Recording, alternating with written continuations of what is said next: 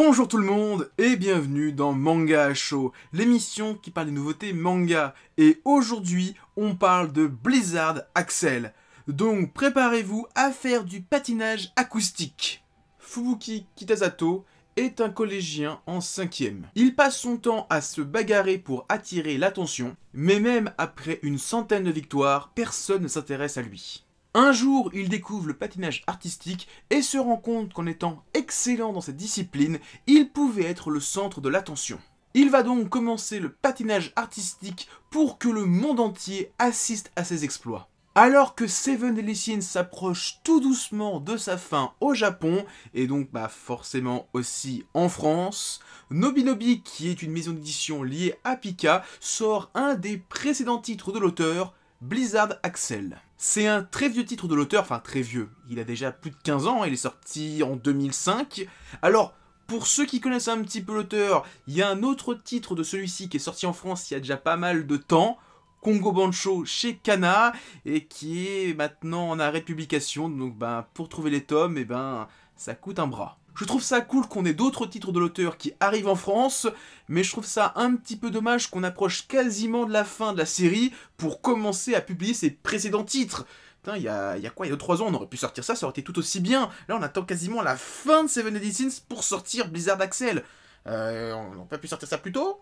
Et j'espère, et là c'est vraiment un souhait personnel, que si Blizzard Axel marche, que les fans de Seven Deadly Sins s'intéressent à ça et achètent ça en masse, qu'on ait les autres titres de l'auteur qui sont sortis il y a des années, qui arrivent chez nous, comme, je sais pas, Rising Impact, sa première série éditée dans le Shonen Jump, donc le magazine de One Piece, Naruto, Bleach et tout ça, qui parle de golf. Ça a l'air génial, il y a 17 tomes, je veux voir ça en France. Maintenant, pour parler un peu plus de ce titre, Blizzard Axel, déjà ceux qui connaissent un petit peu l'auteur et qui ont lu un petit peu ce qui est sorti autour de Seven Deadly Sins, on connaît déjà un petit peu le titre, parce que dans le recueil d'histoires sorti chez Pika, Seven Short Story, il y avait le one-shot Blizzard Axel, qui n'a absolument plus rien à voir avec le manga qu'on a aujourd'hui.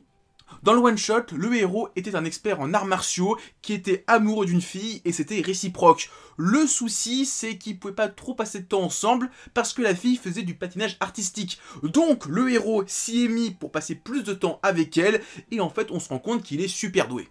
Dans le manga, on a juste conservé le fait que le héros est un pro de la baston.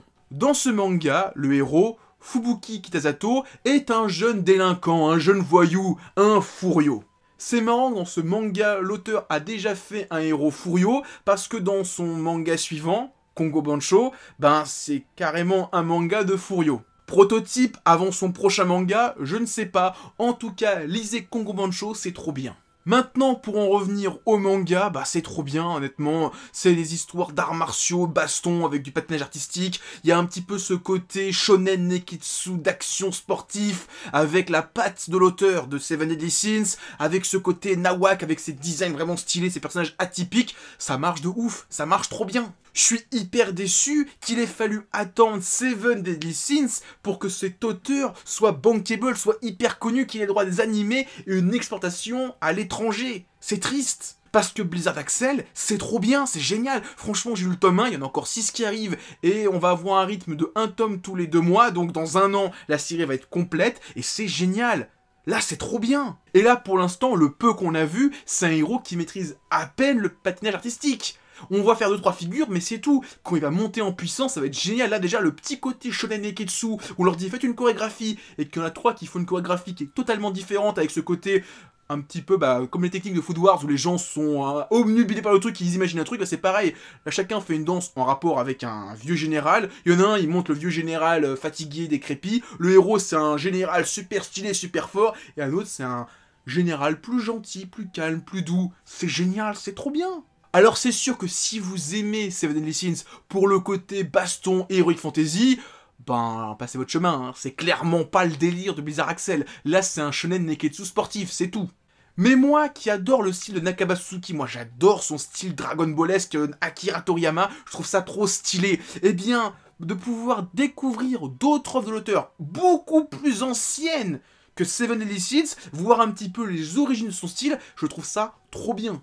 Et on se rend compte que techniquement, il n'y a pas eu énormément d'évolution entre Blizzard Accel sorti en 2005 et Seven Deadly Sins à ce jour. Il y a un petit peu plus, on va dire, d'affinage au niveau du trait, de détail, tout ça, mais le style en lui-même a toujours été le même. Et je trouve ça trop bien et j'espère vraiment qu'on va voir Rising Impact qui va arriver chez nous, un de ces quatre. En conclusion, je l'ai dit et répété durant toute cette vidéo, si vous aimez le style de Nakaba Suzuki, vous allez forcément aimer ce manga. Nobinobi l'a très bien compris, ils ont mis un petit bandeau par l'auteur de Seven Deadly Sins. Moi honnêtement, je savais très bien que c'était par l'auteur de Seven Deadly Sins et de Kongo Bancho. Donc, quand je l'ai vu, que c'était annoncé, je dis ça je le prends, c'est mon achat du mois de juin.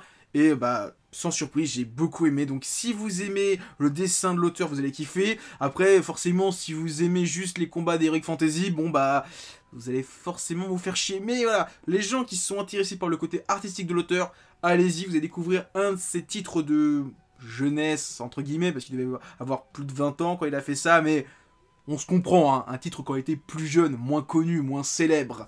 Donc voilà, en tout cas, très bonne surprise, j'ai beaucoup aimé, c'est en 6 tomes, un tome tous les 2 mois, donc dans un an c'est terminé, c'est très bien, moi j'aime beaucoup, j'attends la suite avec impatience. Donc voilà, c'est tout ce que j'avais à dire. Avant de vous quitter, pensez à mettre plein de pouces bleus, partagez la vidéo et laissez des commentaires. Et surtout, en description de cette vidéo, vous trouverez des liens pour aller sur mon Facebook, mon Twitter et mon Discord. Allez, à plus tout le monde et continuez à lire des mangas.